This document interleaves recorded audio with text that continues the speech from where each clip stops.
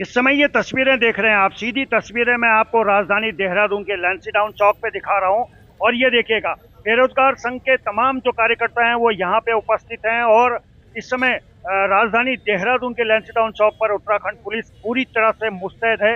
ये तस्वीरें आप देखिएगा, किस कारण से आज इतना जमावड़ा यहाँ पे हुआ है, क्यों बेरोजगार संघ यहाँ पहुँचा है, आइए देखते हैं।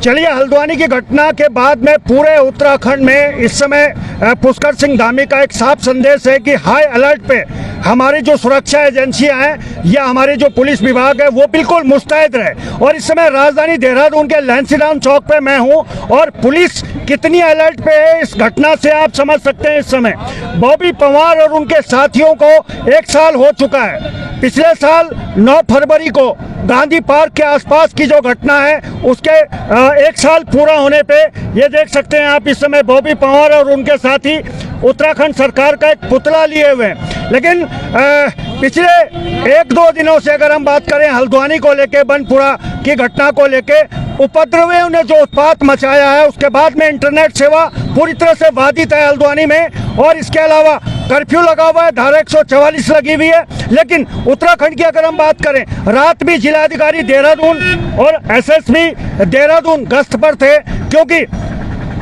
ये मामला जो हल्द्वानी का है वो बहुत संवेदनशील है। अब मैं अपने कैमरामैन को कहूँगा थोड़ा आगे आ जाएं।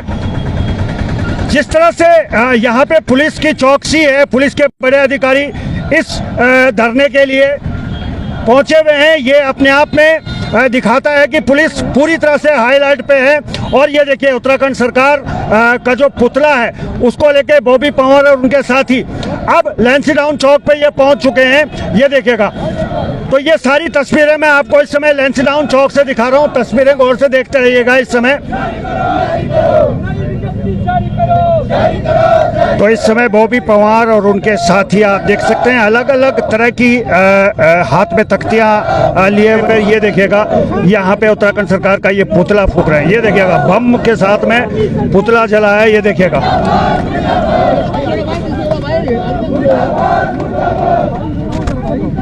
तो इस समय जो तस्वीरें हैं वो सीधी आपको लैंसीडाउन चौक से मैं दिखा रहा हूँ इस समय का।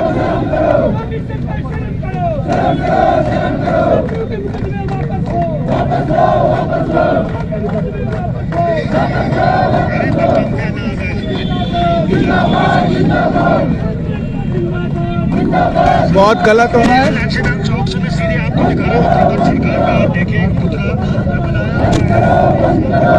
है। बड़ा दुर्भाग्यपूर्ण है कि 9 फरवरी 2023 को जो देहरादून के भीतर घटना हुई थी, उस घटना में जिस प्रकार से युवाओं पर लाठीचार्ज किया गया, युवाओं पर मुकदमे किए गए, युवाओं को जेल भेजा गया, वो तमाम जो संघर्ष था, उस संघर्ष का आज 1 वर्ष पूर्ण होना है। आज इस दिवस को उत्तराखंड बेरोजगार संघ काले दिवस के रूप में मना रहा है। और देहरादून के साथ साथ 15 अन्य स्थानों पर सरकार का पुतला दहन इस विरोध में कर रहे हैं कि मुख्यमंत्री धामी जी ने कहा कि आप जिस आंदोलन को लेकर बैठे हैं, आप अगर सीबीआई जांच चाहते तो हम सीबीआई से भर्ती घोटालों की जांच कराएंगे। पर आज न धामी जी अपना वादा पूरा कर पाए हैं, न उत्तराखंड सरकार अपना वादा पूरा कर पाए हैं। हम ये चाहते हैं कि अगर वास्तव में धामी जी ईमानदार है, अगर जीरो टॉलरेंस सरकार है, अगर 2025 तक भ्रष्टाचार मुक्त करने का आप जो संकल्प ले रहे हैं, तो हम कहते हैं कि नरेंद्र मोदी जी द्वारा, जो माननीय प्रधानमंत्री जी है, उन्होंने पूरा जो चुनाव था राजस्थान में भर्ती घोटालों पर वहां पर जीता है। उन्होंने कहा कि भर्ती घोटालों की सीबीआई जांच कराएंगे। हम भी चाहते हैं कि भर्ती घोटालों की सीबीआई जांच हो। जो क्लब एग्जाम है, जो एकल संवर्ग है, उनमें तमाम परीक्षाओं में वेटिंग लिस्ट जारी हो। जो 26,000 पदों को विज्ञापन जारी करने को लेकर आपने वादा किया था, वो वादा युवाओं को पूरा करे। उस 26,000 पदों का विज्ञापन जारी करिए।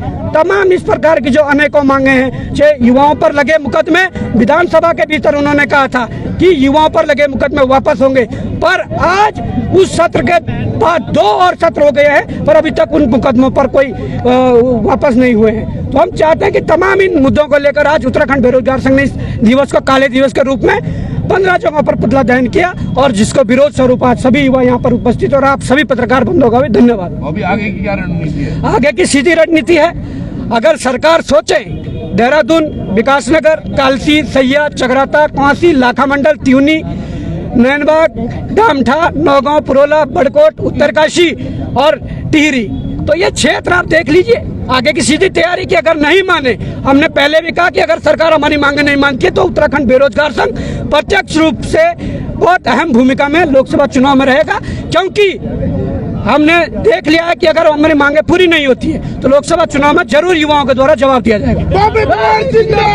चलिए, ये सीधी तस्वीरें मैं आपको इस समय दिखा रहा हूँ। इस समय लैंसीडाउन चौक पे है और एक बड़ी बात निकल के आई है कि अगर शासन प्रशासन न चेता तो बेरोजगार संघ लोकसभा चुनाव 2024 में दमखम दिखाएगा।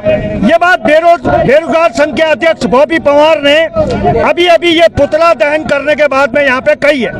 अब यहाँ का माहौल, हालांकि पुतला जल गया है, उसको आग से बुझा भी दिया है, लेकिन उसकी गर्मी और उसकी तपिश ने हमारी आंखों में आंसू ला दिए।